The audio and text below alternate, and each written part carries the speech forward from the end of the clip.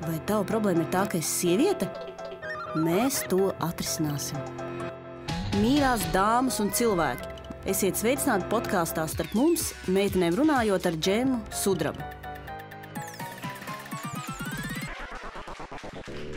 Nu jā, tātad pāvests nedēļa, un mums ir podkāsta ieraksts, un mūsu viesis ir Veroniku Felcis, un šis būs pirmais podkāsts, kas ir angļu valodā, jo nestoties to, ka Veronika lieliski runā latviešu valodā, viņa tomēr tā kā baidās, acīm redzot, ka es uzdošu kāds sarežģīts jautājums par kristietību, lai gan es neko nejēdzu par kristietību, un tad, ka viņai būs jāatbild kaut kā sarežģīti.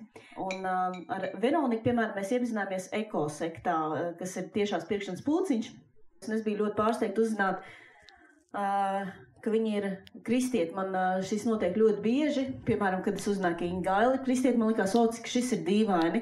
Man jebkurā brīdī, kad ir kāds cilvēks, kas nav gluži traks, man uzreiz liekas, ak, Dievs, kā tas ir iespējams, kad šis cilvēks ir kristietis. Nu, lūk, man ļoti zemes prasības pret kristiešiem ļoti tā. Bet varbūt vienkārši arī šaušalīga pieredze. Es varbūt, bet diezgan noteikti šaušalīga pieredze. Tad mēs šo turpināsim angļu valodā. Tāpēc arī, ka tas ir mana pirmā saruna par sieviešu lomu baznīca vispār. So, Poland is kind of the worst case scenario for women where to be. So how do you feel? Do you often have to kind of make excuses for Poland or Polish government or Polish women when you're here in Latvia? Well, first of all, we're still speaking of Europe, so it's first world problems. And it's definitely not the worst place for women to be. But yeah, I mean, really depends on what kind of dimension we're speaking about women. I wouldn't feel like I've felt anyhow oppressed living in Poland, so I don't feel like I need to say sorry, constantly being in Latvia. But obviously the conservative, very right-wing and very manipulative government of Poland right now is a major problem, and lots of people, both women and men, are quite disheartened that lots of our protests on streets, which are in fact unifying people, whether Catholics or not, are not working, and the government is doing anything and everything against the society. So it's a painful topic, but it's not necessarily only a matter of women's rights. But what is happening with the abortion laws? Can you kind of tell a bit more? That is definitely the first question that everyone asks me in Latvia. If you're Polish, then you need to answer this question. Obviously, as the conservative government, which is trying to have an affair and is definitely trying to flirt with the Catholic Church, and trying to be attractive to the conservative part of the Catholic Church, and I will explain those differences later a bit, was trying to restrict the law on abortion. And it's very difficult actually in 21st century in a situation also which is not often spoken, but as you know probably the great eminence of the Peace Party in Poland. The leading party is Jarosław Kaczyński, and his brother's wife, the First Lady, was also against restricting abortion. So we had three different, from very different background First Ladies who have also spoken out another time when she lived. The First Lady, Kaczynska, was also speaking against any additional restrictions on abortion law. So some of them were atheists, one was atheist, Catholic, and a middle progressive Catholic, but all of them agreed that the current law in Poland, which is Catholic to a very large extent society, has the law that abortion is allowed theoretically and legally in a situation when the child is deeply disabled, when the mother's life is at the threat, and when a woman is raped. Obviously, the attempts to restrict that law also have started the discussion how it really works in practice, right? And whether some of the manipulation is not going through, and how women experience that law, that very often something is being prolonged, especially after those 12 weeks when you cannot have abortion anymore, in order to make a woman to give birth, whether to disabled child or whether being raped or so on. So there's lots of pitfalls in this legal system, obviously, as in many other legal systems in any country. But I don't think this has been solved ultimately on either of the sides. It's just ongoing discussion, and there's always a threat because the government cannot go against so much the society, because we were really standing up. And in the beginning, the Black Marches in Poland were unifying both very leftist atheist women with very Catholic women, which worked together fighting for women's rights. But it's still a question how which way it will go. Is it possible to support abortion and be a Catholic? First of all, I very much dislike the division to pro-choice and pro-life. I believe, and maybe I'm naive in that, because I'm not the sociologist which has done research on this topic, but I believe it's not the first choice of a woman to have abortion, right? Firstly, she would go for contraception if she doesn't want to have children, right? And then she would really kind of make that decision consciously that she wants to have an abortion. But that's not very much a choice. That's often a situation that you're finding yourself in. And the question is whether really you are able to allow yourself financially, psychologically, however, to have that kid, right? And that's also the question of pro-life, pro-whose life as well. So that's first thing. I'm definitely against having a free law on abortion, but being a sociologist, that also kind of gives you the insight into complexity of the society. So although personally I'm now pregnant with the third child, and that's my privileged decision to have in a happy relationship the third child, I think it's also a matter of huge privilege that many women cannot allow themselves to be in.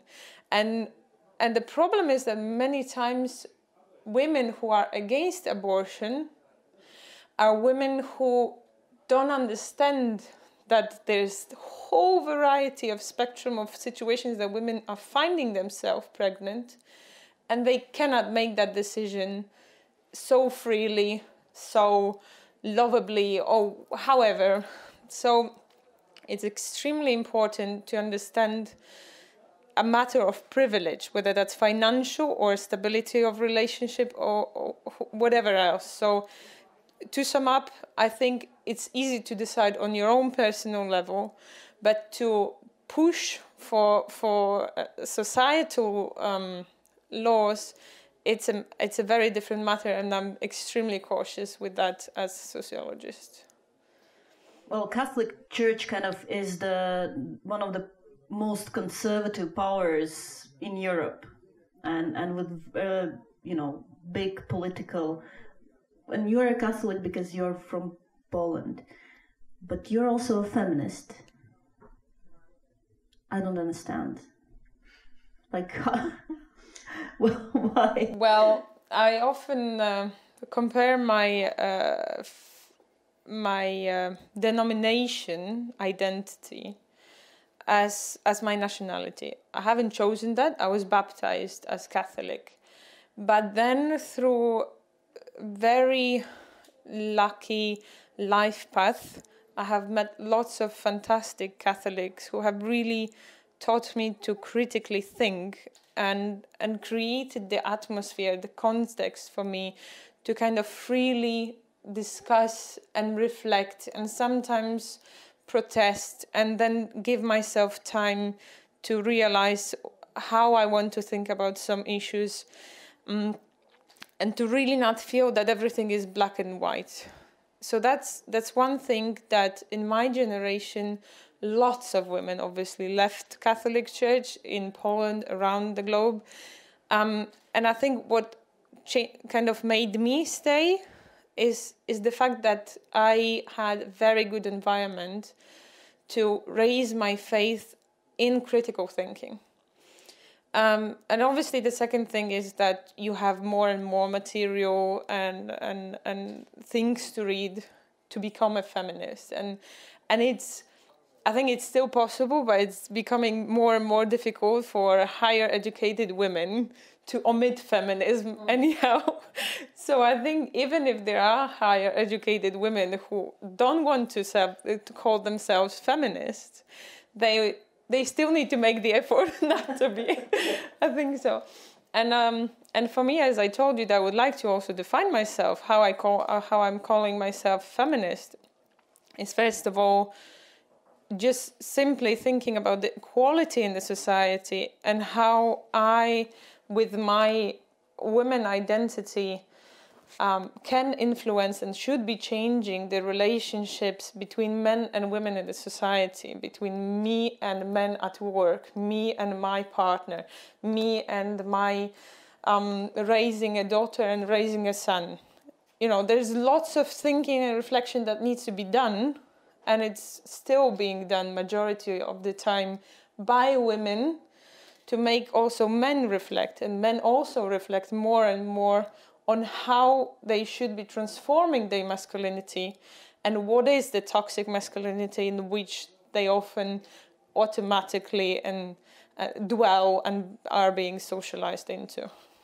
But is it easy for you here in Latvia to find peers who are Christians and also feminists? Oh yeah. Yeah? Yeah, but the problem with the Christian and Catholic feminists is like the problem with the whole Latvian society.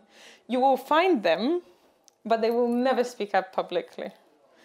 And they don't want to have their identity discovered. You know, they often feel like they, in a small group, which is also sociologically explainable, don't want to risk their work relations or some kind of, attachments within the minority group, which is the religious group of Catholics or Lutherans.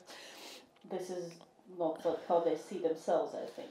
As a minority. Well, the question is whether that's how the believers see themselves or the leadership, right? Yeah. That's also a different thing. But yeah, I definitely find very much feminist and the Christian feminists here as well. Although, as I said already in the beginning, there is much more open discussion and critical thinking in the Polish Catholic Church, and much more of a literature and articles I'm finding either in States or in Poland. Whereas I definitely can discuss that also here, but not publicly. Well, some of my friends who are Christians and who have come out with like radical views, for example, voting for political party Progresīvie in Latvia, which is anyhow the Progresīvie political party is very pro LGBT rights, and I think it's very hard actually to be in such a political party and still be Christian and expose your radical views on social media, because people are shocked and you get into discussions you never wanted to have. Oh, if to expose anything about my husband, he's also recently a Christian became. Well,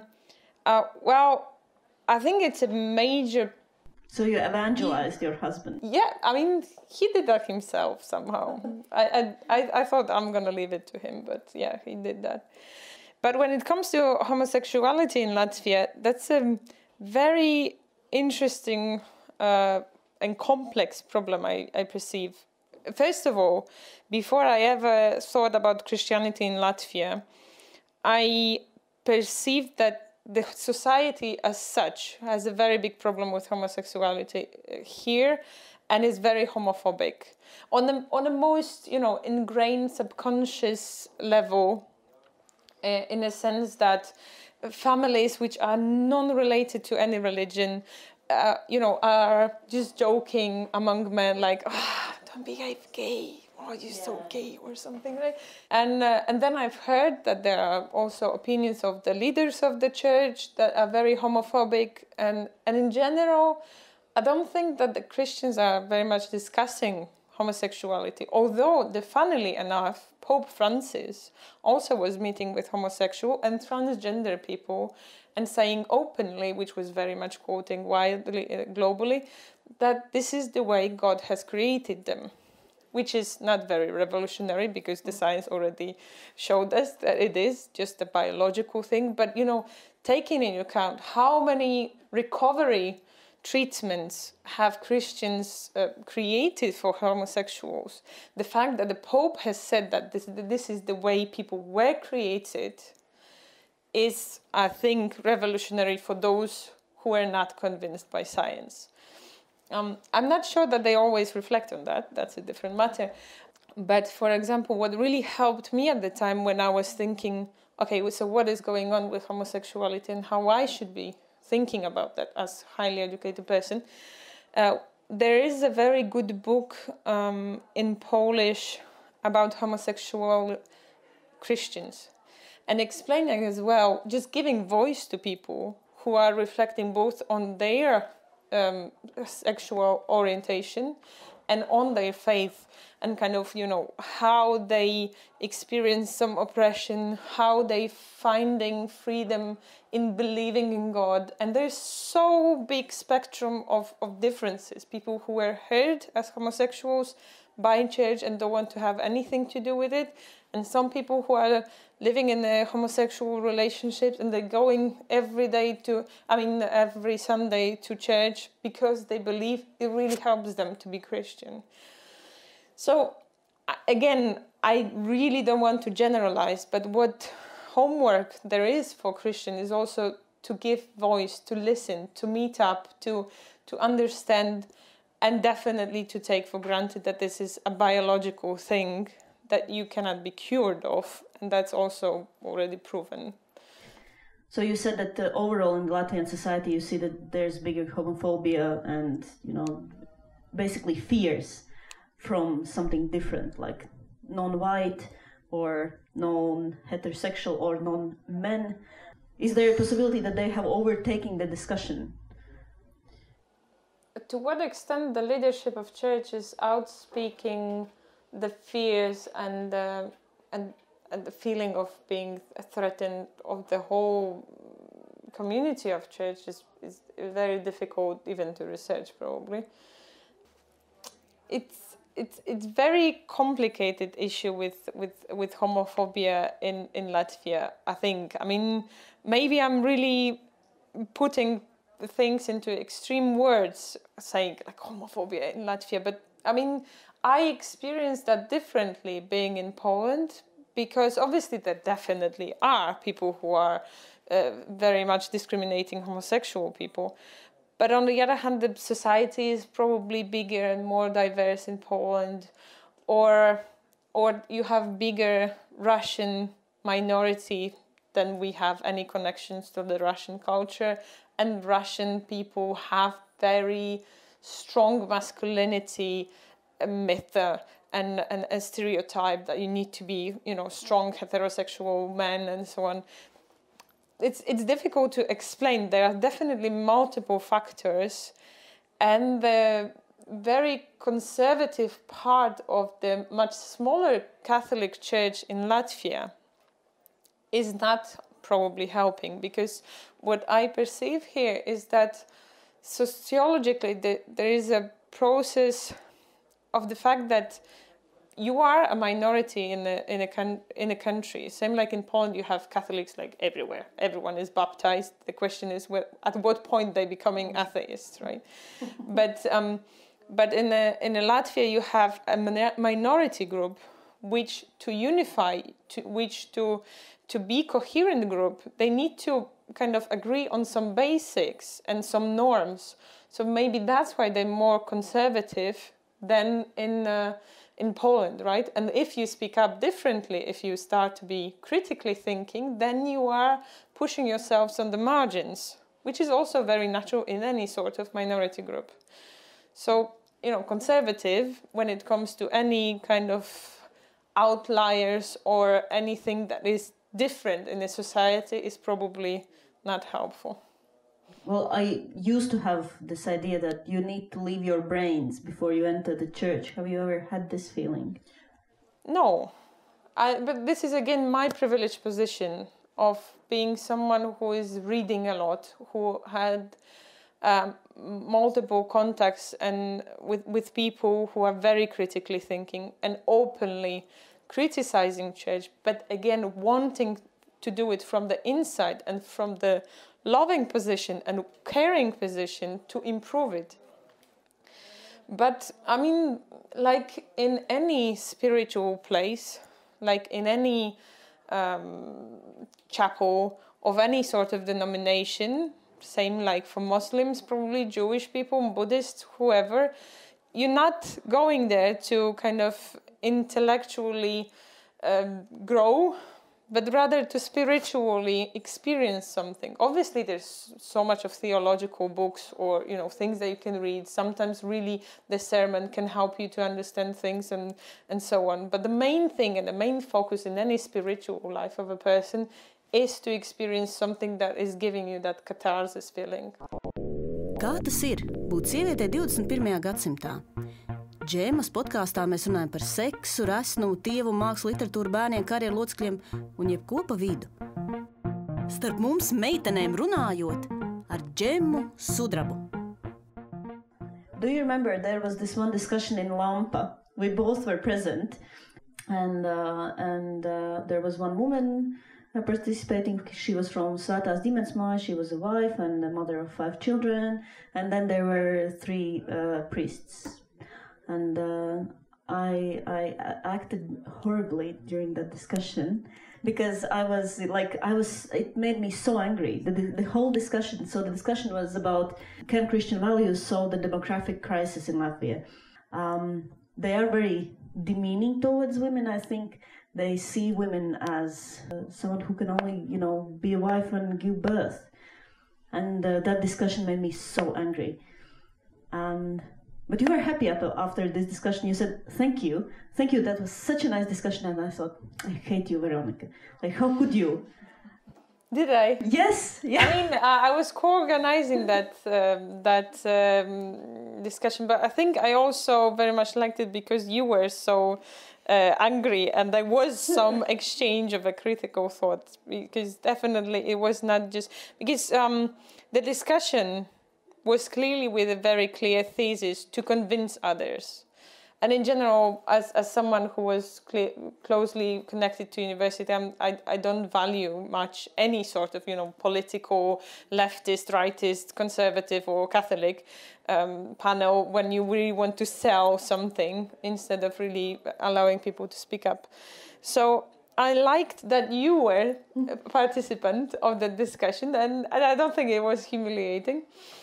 Well, I was not giving the microphone back. You can understand how it was. It was the catch box, so I couldn't really hold on to it. And then when a lady came to me and said, I think that's enough questions. We should give an opportunity to others. I gave it to my friend, and she asked some other mean questions that were not answered. Well, I was also volunteering in the Svētās ģimenes māja teaching Polish there. And I think it's a different question about Christian family planning and a Christian role of a woman. I thought of the only joke I could give you in the Catholic Church, and speaking about, as your previous guest was also saying, about very hurtful situation of women in the church. And I've recently read with the Polish feminist theologian very good interview explaining that many people think that the John Paul II has started to speak about feminism in the Catholic Church because he started to write something what was called New Feminism. And that is coming from his theology of body. And he started to write up kind of new theory of feminism. But in fact, now, after years of common reflection and intellectual effort in theology, we know that it was still and again trying to make clear the difference between the women and the men. And I think in Poland, Justyna Malonowska was very nicely also explaining that you cannot fully perceive a person if you have already preliminary tasks for the person that's not giving a full freedom to the person. If you're saying that women are supposed to be devoted to motherhood, some form of motherhood, then you're not giving them the free choice equal to men about how they want to spend their life. And if you define that by their vagina, there's another book of I think American sister who was writing a very good about sexual education for Christians, and she was saying also that the clitoris, which is purely for women's pleasure, is also created by God. So, the whole discourse would be very different if we stop defining women by their vagina and uterus, and that is supposed to be giving children to the earth, or you define them by clitoris, right? Mm-hmm. There was this guy who was giving a lecture, and he said there are so many women who haven't felt an orgasm during intercourse, and it's normal, because they only feel happy when they become pregnant. I'm sorry, Linda, but I don't think I have a comment to that. It's a lot of sexual education that I think, not to get very personal, but any adult coming from any society needs to do. And I don't think, and maybe that's all right, that you don't have sexual education on satisfying level in school, and that you need to do the homework yourself. But in fact, both sexes, any sexes, and for each other sexes, needs to learn what means pleasure for me, what means pleasure for him or her, and how do we exchange that. So yes, I think sexual education is very limited, whether in the religious society as it is in Poland or in the Latvian society. But there's also very limited teaching on self-safety, on kind of sexual possible abuse, on making kids safe from that perspective. So I don't think, if we speak about Latvia, that Latvians like to speak about sex whatsoever. When I started the women's stand-up, so we have this thing that we do before we go on stage, and we join our hands together and we say, vagina. And I found it really hard, actually, because to say a dick is like, it feels like kind of natural. And then saying vagina or a clitoris, it makes me like, well, not anymore, But the women's stand-up has really helped me with that. But otherwise, I think you're right that we kind of, especially when it concerns women, we're more reluctant to speak about women. And I found, as someone who's over 30, that it's very difficult actually to speak even with your girlfriends in a serious manner and exchange knowledge, if it's not just like giving the other book, right? But really saying about experiences. How do you experience sex? What kind of limitations you have? Like what kind of advices you can get, right? Because obviously each of us is different. And believe me, I've watched a video on female masturbation recently just to get the theoretical level. Oh my God, this is just like every one of you is different. And the same way is one of the most famous TED Talks about what the woman is getting orgasms from.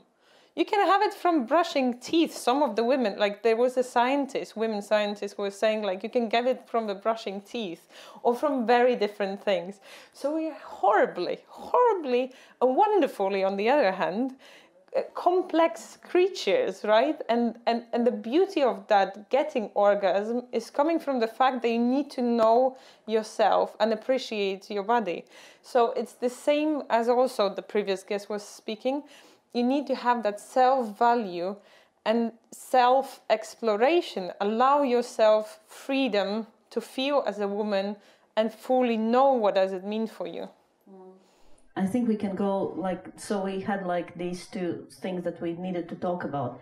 One is... Will it change more than sex, right? No, tell me one thing that has gotten wrong lately. The noklausīties part. I was thinking about that, but the problem is I haven't ever been in KKC on fuck-up nights, so I don't really know how to speak about that. But when I thought about that, it's like I always omit to write up my scientific articles, and I do it in the last possible moment, or I eventually give up. That's definitely one of my fuck-ups. The second is the fact that I still don't drive a car. So I'm very much dependent on my husband, and that really makes me mad. But I still haven't done that, and it's... Me neither. I just, and in Riga you don't need that. I was cycling all the time here. You don't feel that. But now when I'm living in the middle of nowhere, it's horrible that whenever you need to go somewhere, you depend on the other person. And it's just, being 30, you would like to be more independent. And the third is probably anger management and kids. Because the problem with women, mothers particularly, is that they don't really want to admit publicly their pitfalls in motherhood. They really try to be perfectionist. They definitely blame themselves for many disadvantages. And their children, when they become teenagers, also blame them for things. But we don't really discuss it in a constructive way. So I've been in some Catholic sieviešu pulceni in Poland, and you discuss so many things that you can do better, cook better, raise better, but you don't really discuss I cannot do it anymore, right? They just sucking off my energy, or I cannot manage, I'm just screaming inside, or I need more wine, or anything what feels natural to share. But yeah, I mean, against any stereotype, this is me in our family, definitely, who needs more anger management.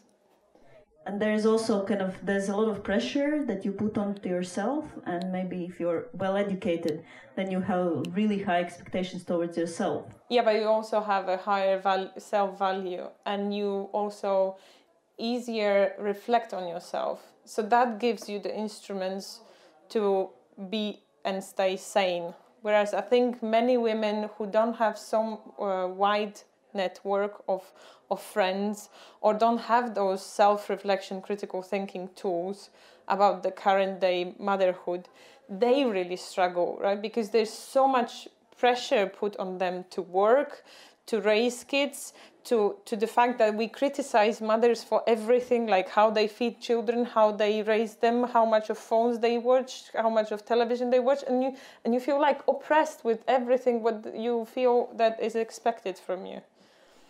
In one of the podcasts that we had, there was Jana Kukainen, and we were talking about the big pressure on women to do everything naturally.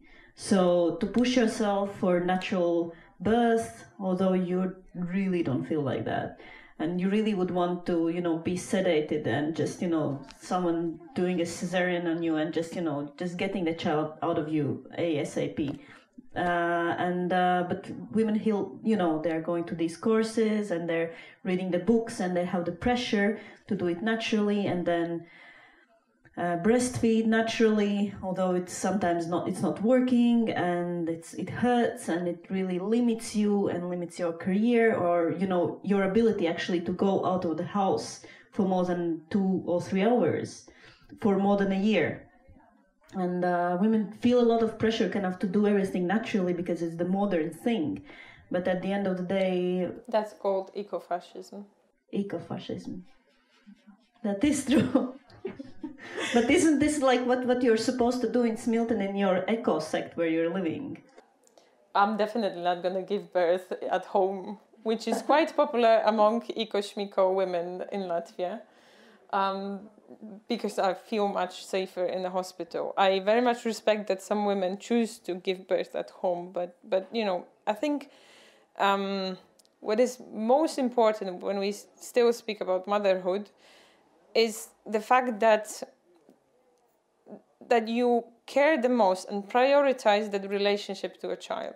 If you're going to hate the child because it's going to, I don't know, widen your vagina, or you need to go through the horrible natural birth, don't do that, because you're going to project that on a child in the future.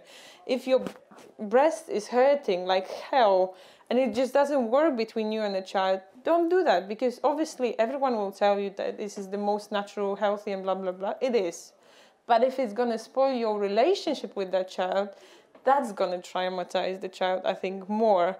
Having that mom who is stressed, unhappy, struggling, you know, there's so much of vulnerability for women in those first years of motherhood with any child, because it's every time new relationship, that you really need to care for your own sanity for the sake of building a healthy relationship with a child. And it completely does not matter how ecological you're going to take it. For me, always the most shocking part was that I was thinking like, okay, giving birth at home, and then your neighbors hear you screaming for 24 hours. How's like the relationship between you and your neighbors going to work out, like when you know? About that, I would not care. Like, if you don't know by now how fucking much it aches, then you should learn. Because it really is not easy.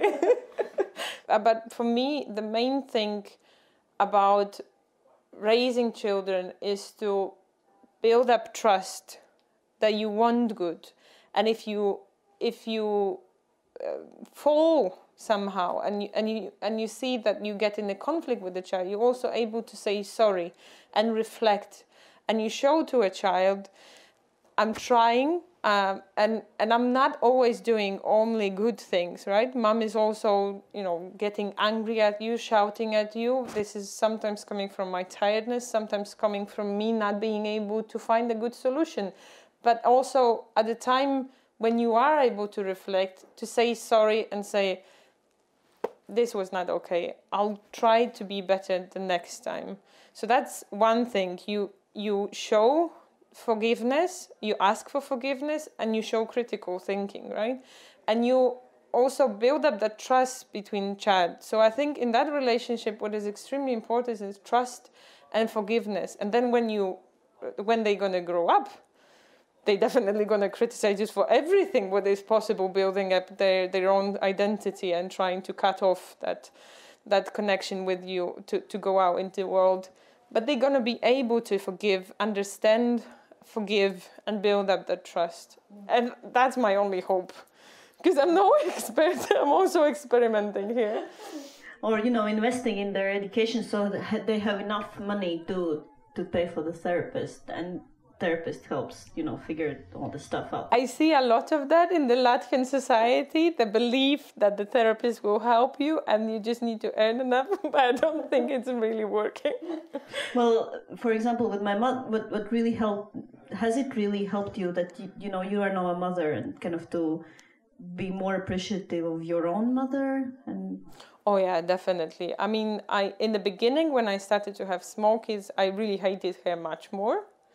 But then realizing how much of effort is that, and how many pitfalls they see in me, and how many things of their features is annoying me, that really makes you understand as well and be much more tender towards your mom. You know, I think there's always a space to come back to each other in any kind of relationship, as long as you allow for that reflection and empathy. My recent experience, for example, was that I was molested in my childhood. And for a very long time, as any child, and the same is with the scandals in the Catholic Church, that the sociological part of it I mentioned, that people don't speak up for a very long time because they just push it out from their memory, or they're embarrassed, or they know they won't find social understanding among their closest people and the trust. so for a long time, you live it out, and then you start to struggle at some point, right? Like whether you have small kids and you start to worry about them, which I also spoke about with some Latvians here, or at some other point that you are made by life to reflect on that. And it is often that you kind of come back to that situation and you think like how it is that my parents haven't protected me from that, why it happened exactly to me, what was so special about me that it happened to me. Although my case is completely not related to Catholic Church, but the thing is kind of the sociological process of that is same, whether that's a matter of children and priests or matter of children and their own fathers or the children and completely someone else, which is a trusted friend of the family or whoever, right? But we, anyway, don't discuss that. And although we have some social actions and more discussion in Poland about that, there's very little done here in Latvia to speak up and protect children, even in a secular society, from that. And in my case, it also, after years and years, opened up that I'm a second generation of abused child. So that person who did that, some kind of prolonged that, was also an abused child. So, this is some kind of complexity in a society that we still have the challenge to solve and to speak up and start up a dialogue and better protect our children. And I think there's a big concentration on this stranger danger. And I think it's really scary to talk about pedophilia or child molesting, because it's mostly done by people you trust. Yes, it's scientifically proven that it's either family or it's trusted friends who visit the house very often. Yeah, so that means kind of going against the idea of a traditional family as being the safest place where a child can grow up. So I think that for many also Christians, it might be really hard actually to think about family as being not the safest place for many children. Yeah, probably. I mean, I don't know. I mean, my family was a Catholic family, and we spoke a lot about sex because my parents really wanted to get us prepared for that. But I imagine that very often religion is something that is stopping people from speaking anything about their sexuality. And then the problem starts to appear as well, that you just don't share anything about that sphere. There is a fantastic movie, and when all those scandals started to appear in August, I started to watch movie, and sometimes really art helps you to go through the catharsis moment.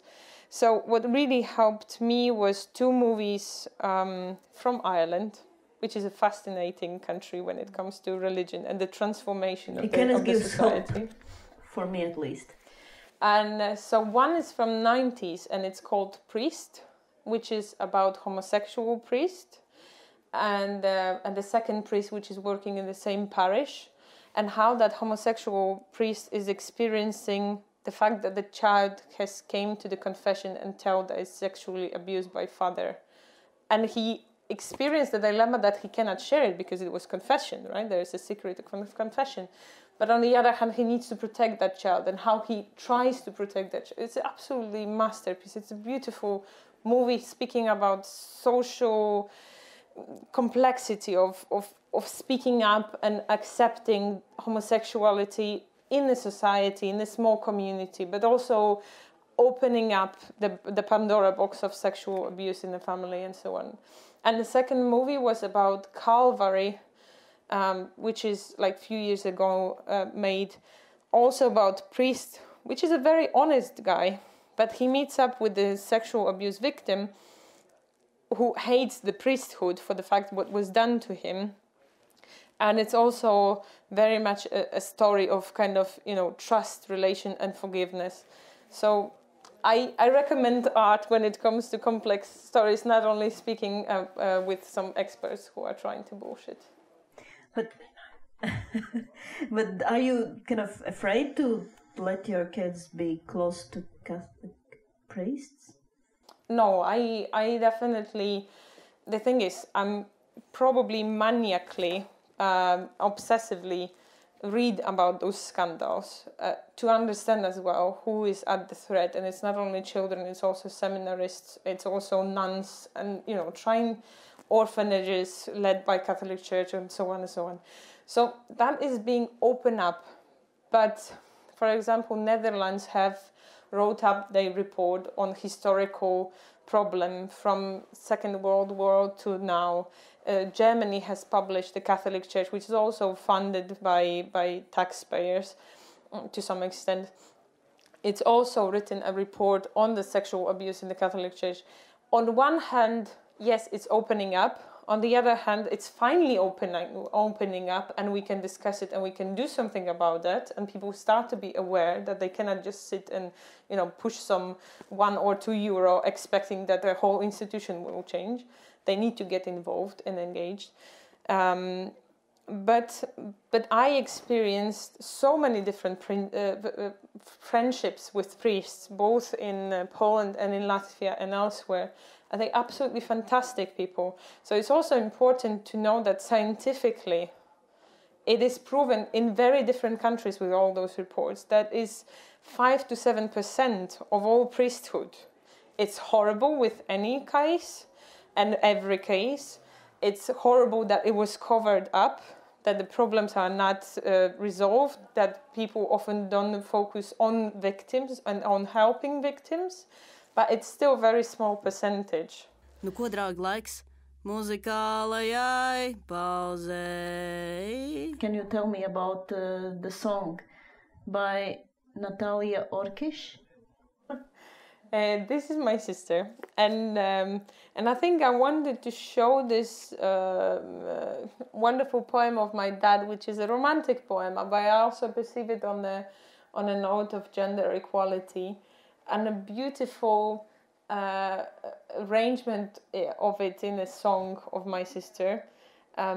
Also because she's a starting theatrical director, and she recently directed a play on Gender Unplugged, which gained some awards in Poland, on showing up that in the music history, we very much speak about male composers, but we don't see women in that history whatsoever. So she really tried to dig up in a very comedian style, because it's a comedy, that play, to dig up the names of very influential women composers.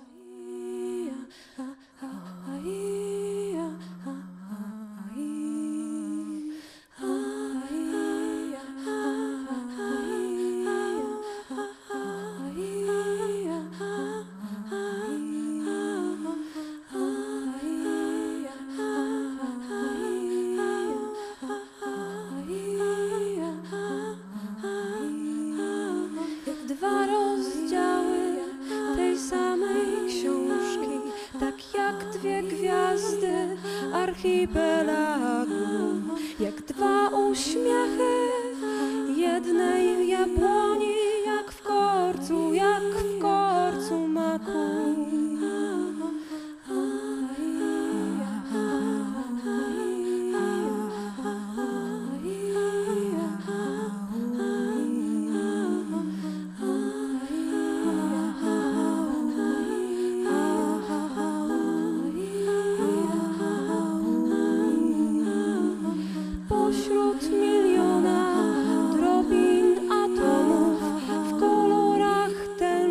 Wśród tylu myśli, pośród tysiąca tajemnych pragnień my siebie, oni siebie znaleźli.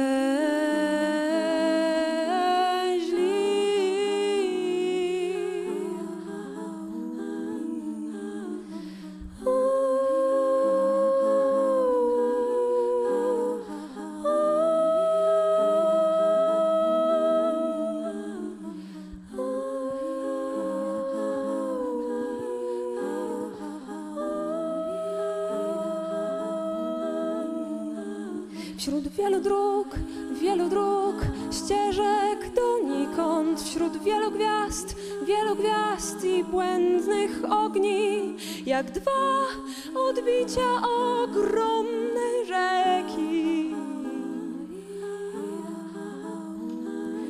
Sobie podobni.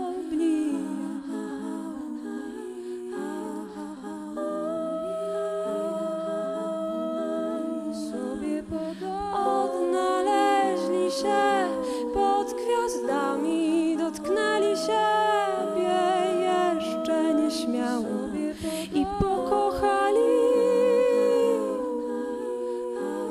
i pofrunęli sobie razem w nieznane.